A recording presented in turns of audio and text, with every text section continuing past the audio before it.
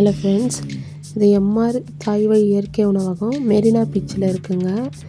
இது எல்லாமே நம்ம பாரம்பரியமான உணவுள்ள வகை தான். அதனால தான் உங்கள்கிட்ட ஷேர் பண்ணணும்னு இருந்தேன். இது 1 வருஷத்துக்கு மேலே இருக்குது இந்த கடை.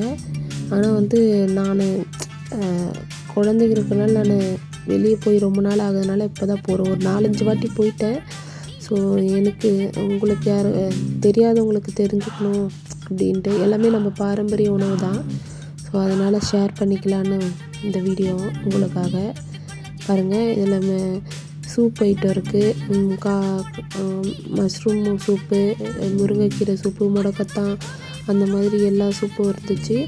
அப்புறம் பக்கத்துலேயே ஜூஸும் இருந்துச்சு. நெல்லிக்காய் ஜூஸு, அருங்கப்புல்லி ஜூஸு, அந்த சாறு அதெல்லாம் மட்டும் இருந்துச்சு. பாருங்கள், இது சூப்புக்கு தனியாக நம்மளே அந்த காணும் போட்டுக்கலாம். நிறைய ஐட்டம் இருந்துச்சுங்க. பாருங்கள், சூப் ஐட்டத்தில் என்னென்ன இருக்குது. இது களி கூட நல்லெண்ணெய் ஊற்றி தராங்க. அப்புறம் காலை டிஃபனுமே கூட இருக்குங்க. டிஃபனு எல்லாமே இனிப்பு பணியாரம், கார பணியாரம். அதுக்கு சைடிஷ் ஆவாரப்பூ சாம்பார். நாங்கள் முடக்கத்தான் தோசையும் ஆவாரப்பூ சாம்பாரும் சாப்பிட்டோம். நல்லா இருந்துச்சு. கூட அந்த சிறுதானிய பொங்கலும் வச்சுருந்தாங்க. நல்லா இருந்துச்சு. பாருங்கள், பருத்தி பால், நெஞ்சு, அதெல்லாம் என்னென்னத்துக்குன்னு அவங்களே சொல்லியிருந்தாங்க. நெஞ்சு சளிக்கு இது நல்லது, இதய பலம், அதெல்லாம் சொல்லியிருந்தாங்க.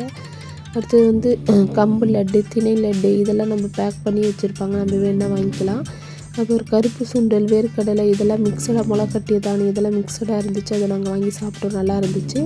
கருப்பட்டி உளுந்து, களி, கூழும் இருந்துச்சுங்க. எல்லாமே இருந்துச்சுங்க. எல்லாமே நம்ம பாரம்பரிய உணவு தான்.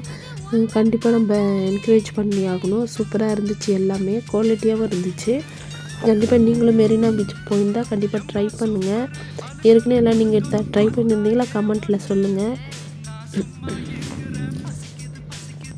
இது மார்னிங்லாம் ரொம்ப கூட்டமாகவே இருந்துச்சுங்க. நான் எப்போ போகும்போதெல்லாம் கூட்டமாகவே தான் இருக்குது. இது 11 மணி அதுக்கு மேலேயே போகும்னு நினைக்கிறேன். பாருங்கள், களியில் நல்லெண்ணெய் ஊற்றி தந்தாங்க. பார்க்கவே நல்லா இருந்துச்சு. கண்டிப்பாக இது மாதிரி ஹெல்த்தி உணவே நம்ம சாப்பிட்ணும்.